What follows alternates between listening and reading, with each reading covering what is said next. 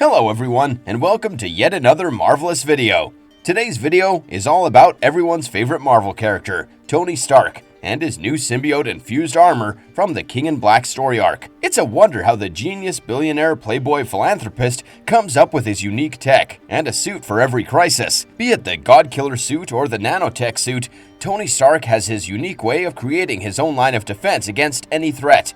Likewise, during the King in Black story arc, when the planet was under threat of a symbiote god called Null, Tony created a new suit, fusing Extremis and a symbiote dragon known as the Extrembiote. So, stay with us till the end of our video as we explore the events revolving around Tony's new suit. So, without any further delay, let's begin. Actually, before we get into our explanation, we do have just one very small request. If you like our content, then please support us by subscribing to our channel. This is just one small click for you, but for us, it means a lot. Thanks! Now, let's begin.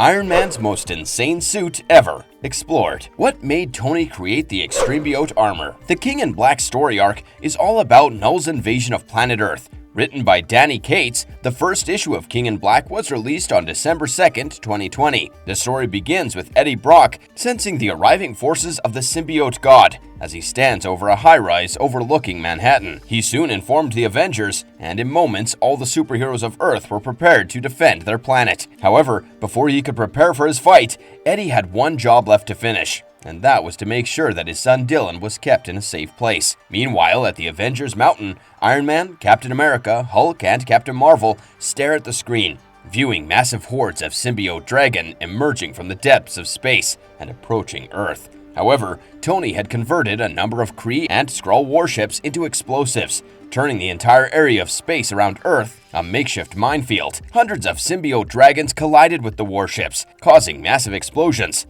but there were too many in number. Soon began raining symbiote dragons on Earth, following which they began covering high-rise buildings and the grounds. The Avengers and the Fantastic Four were the first to intercept them. On the ground, Doctor Strange, along with other superheroes, especially the ones with electricity-based powers, began fighting them off, but there were just too many of them. Unfortunately, the most effective superhero in the crisis, Thor, was missing, and Professor X deployed X-Men Cyclops, Storm, Cable, Marvel Girl, Wolverine, Nightcrawler, and Magneto in Washington Square Park to help the superheroes. Storm managed to slow down the wrath of the symbiote dragons by summoning lightning bolts, but there were too many of them. Captain America and the rest of the superheroes were overwhelmed by the symbiote dragons, who even chewed their way through Doctor Strange's spells. While Iron Man assured them that one of their secret heavy hitters was on his way, Eddie, in horror, asked everyone to flee from the scene as the symbiote dragons were the least of their worries. Soon arrived the trio of symbiote-possessed Celestials. In the past, after defeating the Celestials, Null had made the symbiotes possess them. When the gigantic Celestials arrived and began spreading the wrath, Null emerged from one of them and declared that he was going to destroy the planet, and also that he was looking for a human named Eddie Brock. Finally, Iron Man's secret weapon arrived. It was the Sentry, restored to its original golden form. He punched through one of the Celestials' heads and destroyed it. Soon, a vicious fight emerged between Sentry and Null. Although Sentry was showing promise, he was ripped in half by Null. The rest of the heroes watched in horror as Null mocked their best attempts to stop him. Under his orders, the living abyss engulfed the heroes, and they were soon converted into his army.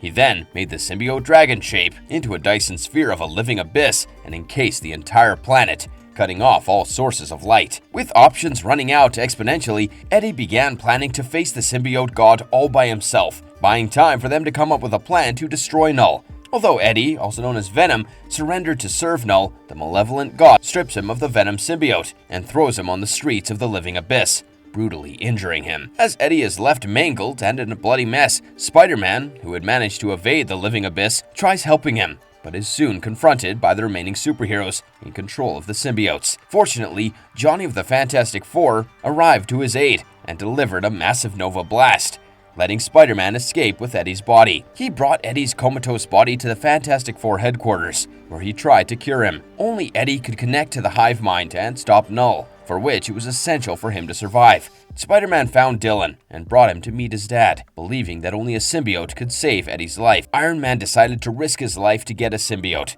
Flying across the city, he entered into the maw of one of the symbiote dragons, While it tried swallowing him, Iron Man injected his Extremis virus into it in order to rewire the symbiote dragon's DNA to damage its connection from Null's hive. The symbiote dragon also began infecting Tony before Extremis could destroy its connection, and Tony could be seen screaming in pain, and he began hearing the screams of the symbiote dragon in his mind. Next, we see Iron Man arrive at their headquarters in a black suit. His armor was corrupted by the living abyss. He succeeded, and he first poured a symbiote into Eddie's body. Dylan, however, sensed that the programming of the symbiote was not yet disconnected, and before he could stop Tony, the symbiote soon began attacking Eddie. As Iron Man and Mr. Fantastic watched in horror, Dylan managed to blast off the symbiote from his dad's body. This, however, allowed Tony to gain complete access to the symbiote in his armor, which he named the Extrembiote armor. Although Tony could be seen battling Null's hordes of symbiotes in this armor, the King in Black's one-shot elaborates on Tony's new armor. King in Black, Iron Man/Doom, released on December 30th, 2020, beginning with Tony sulking over his take on the symbiotes and how it resulted in the death of Eddie Brock. He was approached by Dr. Doom, and while they were in a discussion, Tony was distracted by the sudden appearance of Santa Claus in the sky. Watching carefully, they noticed that Santa was also corrupted by Null, and the two intended to stop him before he hurt anyone. The two of them confronted him and battled the corrupted Santa. Tony's new armor was effective, and after a brief fight, they managed to free Santa from Null's corruption. Doom tried persuading Tony to help him with his new symbiote armor, and it was clearly revealed why Dr. Doom had approached him in the first place. Tony disregarded his idea, and the two walked away from each other. Back at the struggle against Null, next arrived the Silver Surfer, while Blade and his Vampire Nation fought against the symbiote dragons.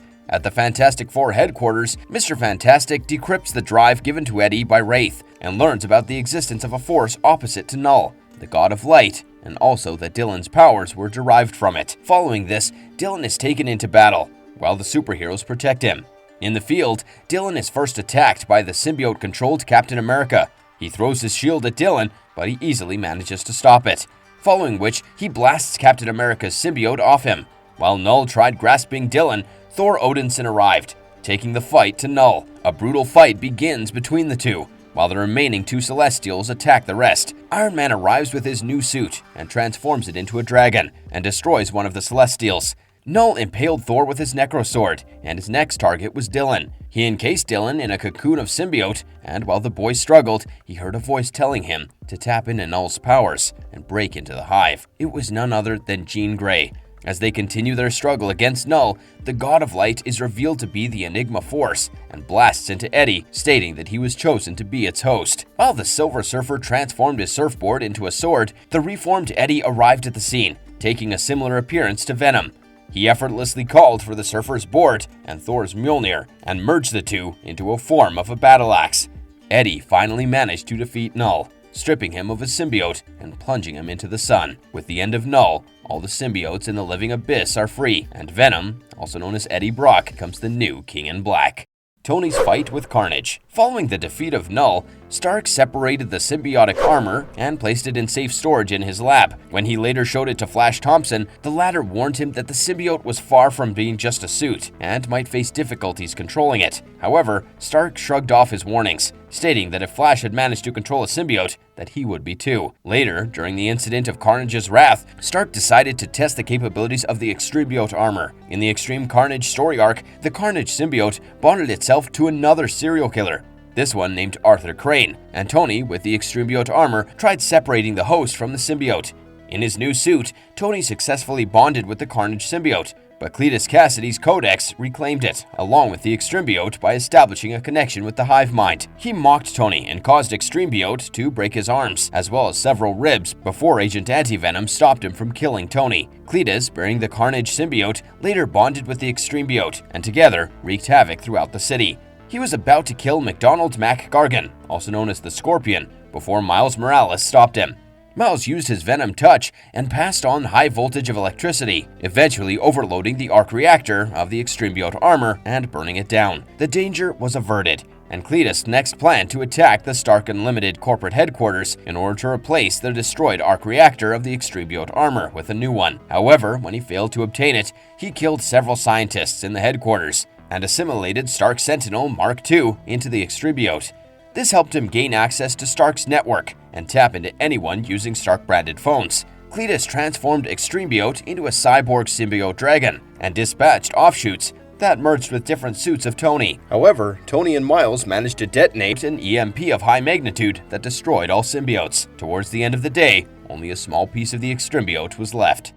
How powerful is Iron Man's Extrembiote armor? Tony's Extrembiote armor proved to be one of the strongest suits ever designed by him. Although he struggled to control it and eventually lost it to Carnage, while wielding it, he was able to take down a Celestial. Achieving a cyborg symbiote physiology, it gained access to all attributes of a symbiote, starting with shapeshifting and manipulating the symbiote biomass. There was also a cleansing beam, which also had a high-intensity blast from his repulsors, capable of cleansing Null's corruption of his victims. However, the only struggle he faced was controlling the armor. Since the suit was symbiote-based, high volts of electricity caused him some serious trouble, overloading his arc reactor and almost burning the symbiote. However, Cletus was able to discard this weakness by replacing the Iron Man armor Model 70 with which it was attached and placing it on the Stark Sentinel Mark II.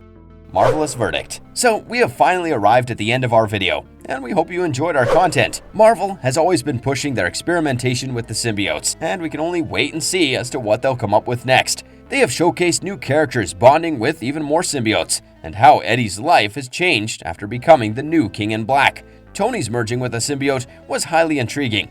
The man is known for upgrading his flaws and following his failure in controlling the symbiote, but we are yet to see what happens next to the small ounce of Extrembiote that was left. Will Tony be able to recreate the Extrembiote armor, or will he simply preserve it? These questions are yet to be answered by Marvel, and one cannot truly guess what is to come next. Thank you so much for watching our video, and if you enjoyed, don't forget to leave us a like and subscribe to never miss out on any of our videos. Until next time, have a good one and be safe.